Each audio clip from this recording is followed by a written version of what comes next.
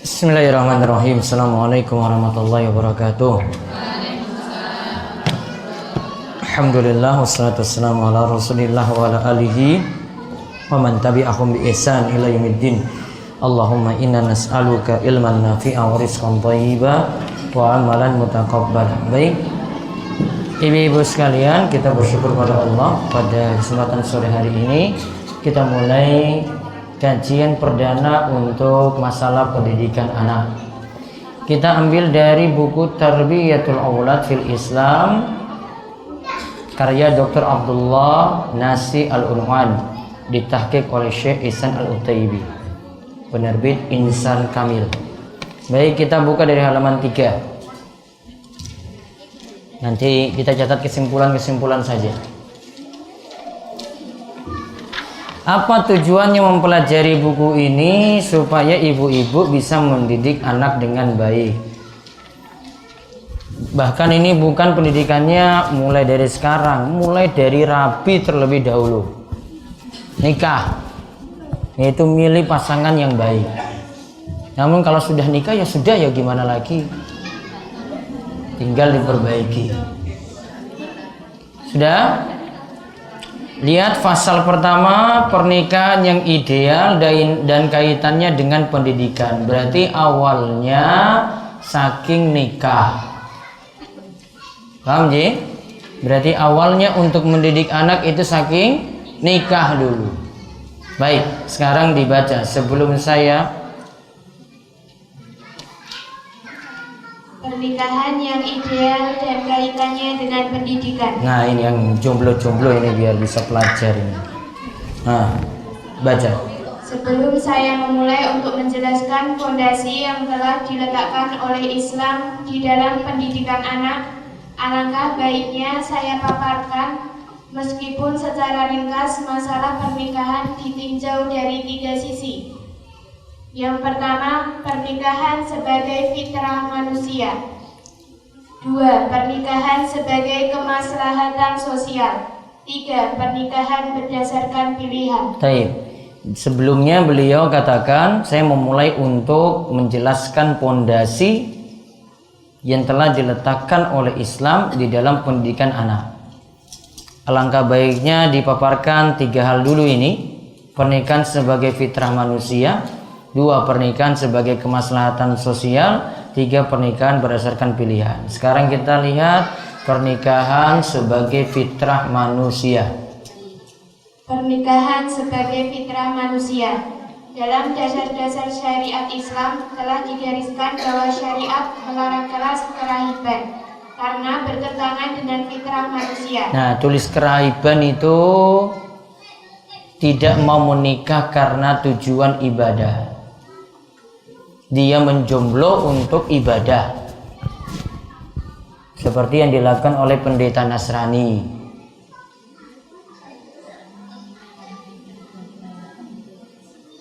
Atau apa, Buddha itu apa ininya? Pendetanya itu apa namanya? Biksu di kalangan Buddha. Jadi kerahiban tadi apa? Tidak menikah dengan tujuan ibadah. Jadi dia tidak menikah kenapa? Ingin beribadah full time pada Allah. Jadi waktunya keseharian dia habiskan untuk ibadah. Dalam Islam nggak boleh. Jadi rahib menjomblo seperti itu, tidak mau nikah-nikah nggak boleh. Tujuan untuk ibadah nggak boleh. Kalau dia menjomblo ya belum dapat ya beda lagi. Ya, belum dapat, wow beda. Kalau ini tujuannya untuk ibadah nggak boleh. Nah, terus Al-Baihaqi meriwayatkan dari sahabat Sa'ad bin Abi Waqqas radhiyallahu anhu, sesungguhnya Allah telah menggantikan untuk kita pola hidup ruhbaniyah dengan agama yang lurus dan mudah. Baik, atau berani lagi? At-Tabrani dan Al-Baihaqi meriwayatkan bahwa Rasulullah Shallallahu Alaihi Wasallam bersabda, barang siapa yang mampu menikah kemudian enggan untuk menikah, menikah, maka dia bukan dari golonganku. Nah itu, siapa yang mampu menikah kemudian dia enggan menikah, maka dia bukan dari golonganku. Ini berarti kata celaan atau sindiran jelek dari Nabi Shallallahu Alaihi Wasallam. Kamu kok nggak nikah? Oh berarti nggak masuk dalam golonganku. Itu golongan Nabi kita Muhammad Shallallahu Alaihi Wasallam. Terus berdasarkan dua hadis di atas. Berdasarkan dua hadis di atas dan yang selainnya telah jelas dinyatakan bahwa Islam mengharamkan atas seorang muslim yang melarang pernikahan dan berlaku zuhud dengan niat melakukan pola hidup ala rahib dengan menyendiri hanya untuk beribadah dan takarrub kepada Allah. Apalagi bagi seorang muslim yang mampu melaksanakannya dan dimudahkan dalam urusan dan sarana-sarananya. Nah, lihat apalagi seorang muslim yang mampu melaksanakannya, wis mampu. Kok tunda-tunda terus? Masalah. Dan dimudahkan dalam urusannya dan sarana-sarananya. Artinya berbagai macam fasilitas dia sudah mampu. Kok belum nikah-nikah? Nah ini agama Islam ini mencelanya. Terus halaman berikut. Jika kita renungkan sikap Rasulullah dalam memelihara masyarakat dan menanggulangi kebutuhan jiwa manusia, maka kita akan tambah merasa yakin bahwa pemeliharaan dan penanggulangan itu terbangun atas pengetahuannya akan hakikat manusia dan tuntunan keinginan dan kecenderungannya. Oleh karena itu, tidak ada seorang pun yang hidup di tengah masyarakat melanggar batasan fitrahnya dan tidak melaksanakan sesuatu yang memang tidak ia mampu. Hal ini supaya ia berjalan dengan seimbang, mudah dan lurus yang sesuai dengan naluri dan tabiatnya. Dia juga tidak akan tersandung ketika manusia berjalan dengan lurus, tidak terbelakang ketika manusia lain telah maju, dan tidak lemah ketika manusia lainnya menjadi kuat. Baik. Jadi di sini sebutkan inti dari poin ini, nikah itu fitrah manusia. Tadi disebutkan kita akan tahu merasa yakin bahwa pemeliharaan dan penanggulangan itu terbangun atas pengetahuannya akan hakikat manusia dan tuntutan keinginan dan kecenderungannya.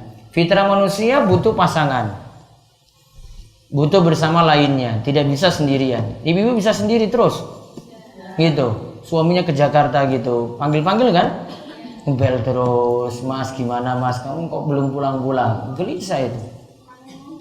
Jadi fitrah berarti fitrah manusia butuh pada yang lainnya. Terus Allah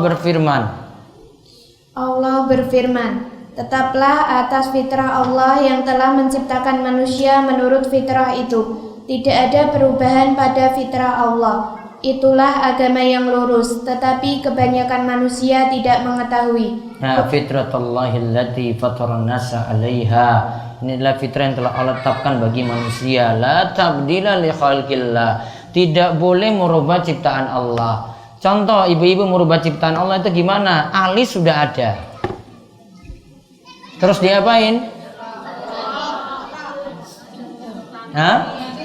Ini dikerok sini. Sini toh? Dret. Ganti apa?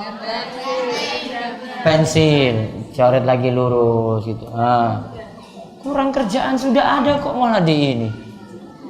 Terima apa adanya saja, kalau memang yang diberi anugerah yang tipis ya sudah. Enggak usah lagi pakai apa penegasan lagi, ditegaskan lagi. Ini wis alis, ya. Tambah lagi pakai pensil lagi ditegasin. Sudah kayak gitu aja lah. Macem-macem saja itu ibu-ibu itu.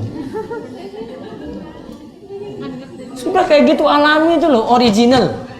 Ya, asli. Telo itu kalau makan aslinya itu lebih enak kan daripada wis dine bumbu macam-macam kan. Nah, jadi kan rasa sendiri kan, wah iki kok wis nambah iki wis ora pas. Karena kita sudah biasa dengan yang asli. Kalau sudah dibawa itu waduh ini kok sudah ditambal-tambal sana sini, apa bannya bocor atau gimana gitu. Padahal nggak ada yang bocor-bocor loh ini. Masih utuh ini, nggak ada yang bocor, nggak ada yang cacat, nggak ada yang apa-apa. Dikerok habis, ditambah pensil coba. Kurang kerjaan sekali coba, kena air hujan juga hilang. Macam-macam aja itu. Itu kalau seperti itu tadi itu namanya tabdil li khalqillah, ubah ciptaan Allah. Ya, itu namanya merubah ciptaan Allah. Jadi yang asli ya sudah jaga asli. Apalagi pipinya sudah keriput, coba diapain lagi itu kalau itu biasanya kerjaan artis-artis itu apa? Disetrika lagi biar lurus. Ya Allah. Ya, ini sudah keriput ini ya memang masanya sudah. Wah, ditambah lagi ini nggak tahu ditambal pakai apalah itu. Disetrikain kayak mau diapain kayak. Itu kan ada kan dikencangin lagi kan. Padahal umur sudah 7 tahun itu. Wah, di ini lagi. Mbok, itu keriput tadi itu tanda ingat umur. Biar tahu persiapan kayak bagaimana. Nggak usah diubah-ubah. Itu tabdil li khalqillah, ubah ciptaan Allah. Jadi nggak usah macam-macam dengan apa yang sudah ada. Kecuali kalau mau memperbaiki misalnya giginya ini masalah. Kalau nggak diperbaiki kayak gini ya sudah dia rapikan. Rapikan boleh. Berarti merapikan ciptaan Allah. Apalagi contohnya? Operasi plastik sudah rubah. Yang butuh kalau butuh ini butuh untuk diubah itu atau merapikannya nggak masalah. Namun kalau sudah sampai ubah seperti tadi nggak boleh. Yang pesek jadi mancung ya itu ubah, itu namanya tabdil li khalqillah, ubah ciptaan Allah. Sudah seperti itu Allah sudah takdirkan. Hidung mancung juga serba susah. Ya. Coba kalau sama-sama pasangannya dua-duanya mancung coba. Itu serba susah itu. Ya. Uang bule itu tanya aja susah sekali itu dia. Namun kalau dengan yang pesek kok biasa-biasa saja itu. Sudah nikmati aja. Ya. Nikmati aja apa adanya. Terus berikutnya. Itulah sikap yang dilakukan oleh Rasulullah di bawahnya. Inilah sikap yang dilakukan oleh Rasulullah. Beliau telah menyiapkan sikap yang paling reformis dan mendidik untuk menanggulangi tabiat-tabiat yang negatif dan memahami hakikat manusia. Al-Bukhari dan Muslim meriwayatkan dari sahabat Anas bin Malik. Ada 3 orang yang pernah mendatangi rumah istri-istri Nabi untuk menanyakan tentang ibadah beliau. Ketika mereka diberitahu, maka seakan-akan mereka mendapati ibadah mereka itu sedikit sekali. Mereka berkata, di mana kedudukan kami di sisi Nabi Shallallahu Alaihi Wasallam, mengingat beliau telah diampuni dosa-dosanya yang telah lalu dan yang akan datang. Salah seorang di antara mereka berkata, saya akan selalu melakukan sholat malam. Orang yang lain berkata, saya akan selalu berpuasa dan tidak akan pernah berbuka. Dan yang lainnya berkata, saya akan selalu menjauhi kaum wanita dan tidak akan menikah selamanya. Coba 3 orang tadi ini punya prinsip lah, lihat sini ya. Yang pertama apa tadi? Saya akan selalu melakukan sholat malam. Oh berarti nggak tidur ini. 2, saya akan selalu puasa. Nggak ada waktu, pokoknya dia gunakan itu untuk puasa. Jadi puasanya full terus. Ini puasa, besoknya lagi puasa terus sepanjang tahun. Yang ketiga katakan, saya akan menjauhi perempuan dan tidak akan menikah selamanya. Luar biasa ini berarti. Ini jomblo tahan banting ini. Mau digodain bagaimana dia nggak mau. Pokoknya saya tekad nggak mau ini karena dia prinsipnya takut dalam ibadahnya. Wah, kalau ada istri-istri macam-macam, nanti minta macam-macam, saya di masjid suruh pulang, suruh kerja full. Coba kalau saya konsen ibadah saja. Jadi maksud dia ini 3 orang ini punya niatan baik. Apa maksudnya? Tadi kan Rasulullah SAW itu ibadahnya sudah banyak. Ini ibadahnya kurang. Untuk mengalahkan Rasul gimana itu? Dia sholat malam terus menerus. Pengen puasa terus menerus. Terus pengen apa tadi? Tidak pengen nikah. Nah terus dibantah oleh Rasul di bawahnya. Terus? Kemudian datanglah Nabi kepada mereka dan bersabda, kaliankah yang mengatakan demikian dan demikian? Demi Allah, sesungguhnya aku adalah orang yang paling takut kepada Allah daripada kalian, dan yang paling bertakwa kepadanya daripada kalian. Meski demikian, aku berpuasa dan juga berbuka. Aku melaksanakan sholat dan aku tidur. Aku juga menikahi kaum wanita. Oleh karena itu, barang siapa yang tidak suka dengan sunnahku, maka dia bukan dari golonganku. Baik. Siapa yang benci man raghiba an sunnati falaysa minni. Siapa yang benci pada ajaranku, dia tidak termasuk golonganku. Berarti kalau benci nikah, nggak mau nikah, walaupun niatannya untuk ibadah, tidak termasuk golongan Nabi Shallallahu Alaihi Wasallam. Jadi harus nikah. Terus dalil di atas. Dalil di atas jelas sekali menerangkan bagi setiap yang memiliki akal dan perasaan bahwa pernikahan di dalam Islam merupakan fitrah manusia. Hal ini bertujuan agar seorang muslim mampu memikul beban tanggung jawab yang besar terhadap orang yang memiliki hak pendidikan dan pemeliharaan di saat ia menyambut seruan fitrah, menerima tuntutan-tuntutan naluri dan menjalankan sunnah kehidupan ini. Baik, tulis judulnya kalau gitu. Ini kita tulis judul baru nih, pendidikan anak.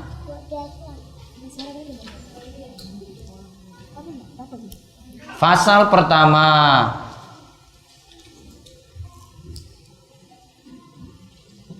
Pasal pertama.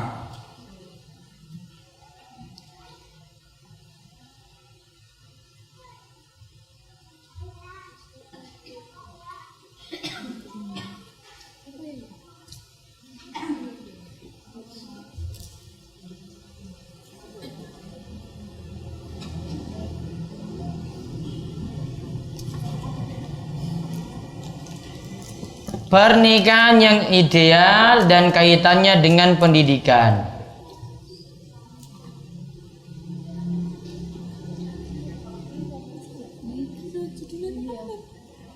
Pernikahan yang ideal dan kaitannya dengan pendidikan. Nah, sekarang tulis di bawahnya. Kesuksesan mendidik anak berawal dari pernikahan. Kesuksesan mendidik anak berawal dari pernikahan.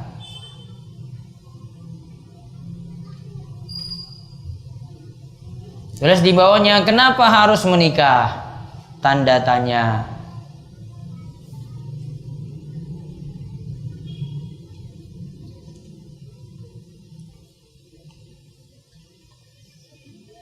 Ditulis 1. Pernikahan itu fitrah manusia.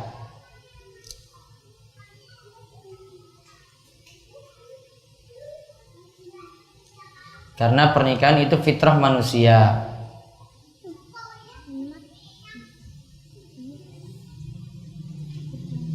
Taib. Tulis di bawahnya, apa maksudnya?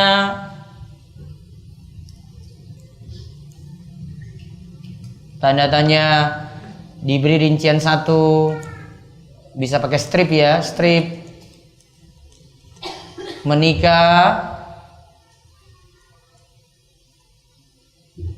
tanda manusia saling membutuhkan.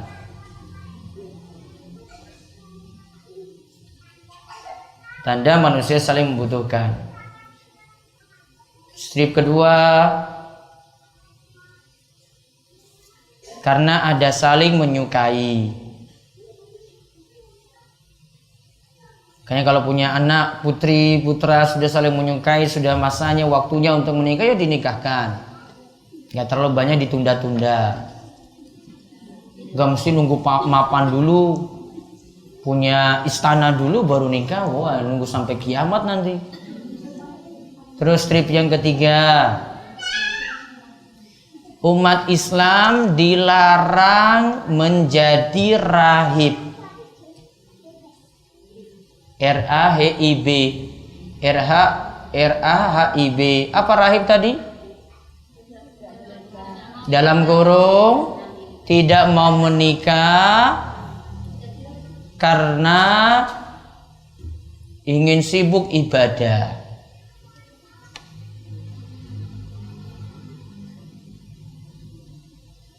Tidak mau menikah karena ingin sibuk ibadah. Strip yang keempat,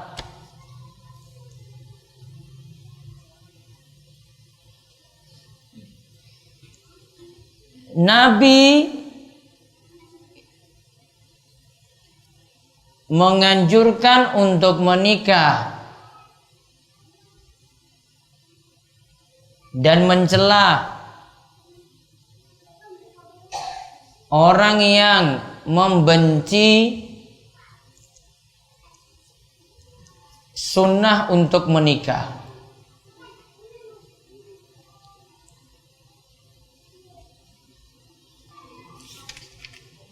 Membenci sunnah untuk menikah. Nah, sekarang coba kita lihat. Ini sekarang tulis alasan yang kedua.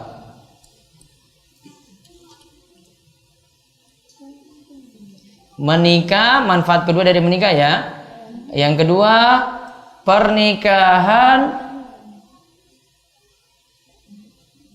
akan berdampak maslahat sosial. Maslahat sosial.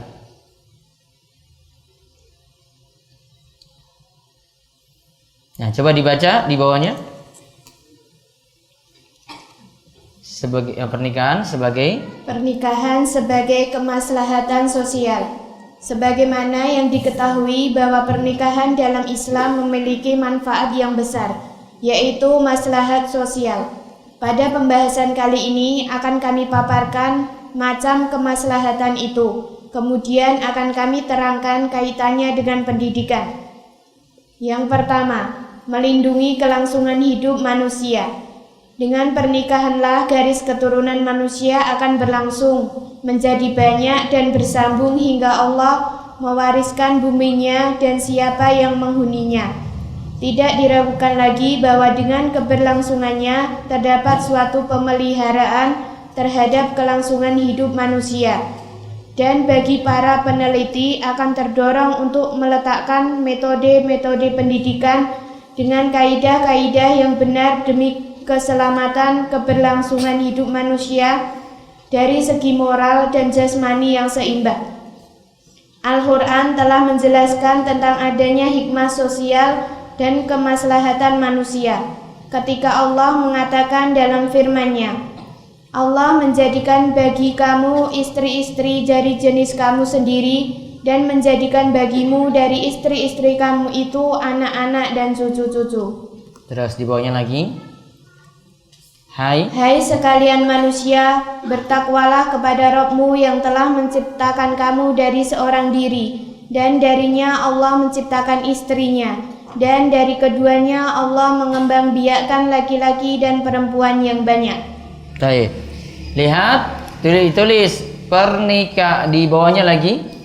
Tadi kan apa manfaatnya? Yang kedua apa? Pernikahan akan mewujudkan kemaslahatan sosial, maslahat sosial. Terus di bawahnya bentuknya adalah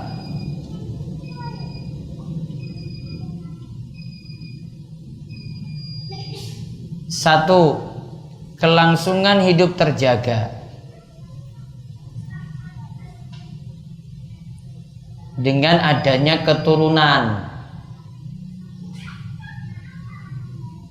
Kelangsungan hidup terjaga dengan adanya keturunan. Ada yang punya harta ini bisa diwariskan ke bawahnya. Ada yang punya ilmu ini bisa diwariskan lewat anaknya ke bawahnya. Ada yang punya sekolah, bisa jadi sekolah ini diwariskan ke anaknya untuk ngurus di bawahnya. Kelangsungannya tetap ada. Nah, yang terakhir coba dibaca yang B, menjaga nasab. 2. Menjaga nasab. Dengan jalan pernikahan yang disyariatkan Allah, maka anak-anak akan merasa bangga dengan bapak-bapak mereka sebagai orang tua. Tidak diragukan lagi bahwa dalam berketurunan ini terdapat penghargaan diri, kestabilan jiwa, dan kemuliaan manusia. Kalau sekiranya tidak melalui jalan pernikahan yang disyariatkan Allah, maka akan cacatlah suatu masyarakat yang di dalamnya terdapat anak-anak yang tidak memiliki keturunan dan kehormatan. Dan demikian itu adalah tusukan yang tajam bagi moralitas yang baik dan penyebaran kerusakan serta pembolehan segala cara. Maka yang kedua, tulis lagi menjaga nasab. Dalam kurung keturunan. Kalau itu punya marga berarti marganya diturunin ke bawah. Namun ingat ya, kalau prosesnya bukan lewat nikah, Maka tidak seperti itu. Dia punya anak di luar nikah, maka nasab jadi rusak. Ya, nasab itu jadi rusak. Maka kalau ini dari pernikahan, maka akan turun anak-anak lewat jalur ya bapak dan ibunya yang jelas. Karena nanti kalau itu di luar pernikahan, maka yang ada al-waladu lil firash wal ahiru al hajaru. Anak itu disandarkan pada bapaknya dan yang berzina tidak mendapatkan apa-apa. Jadi nasab itu baru jelas kalau lewat pernikahan yang sah. Nasab tadi apa? Keturunan. Nasab itu keturunan. Wallahu a'lam bishawab. Kita cukupkan sampai di situ. Dan pertemuan besok tafsir juz amma. Monggo kita tutup, kalian doa kepada majelis. Subhanallahumma bihamdika asyhadu an la ilaha illa anta astaghfiruka wa atubu ilaik. Assalamualaikum warahmatullahi wabarakatuh.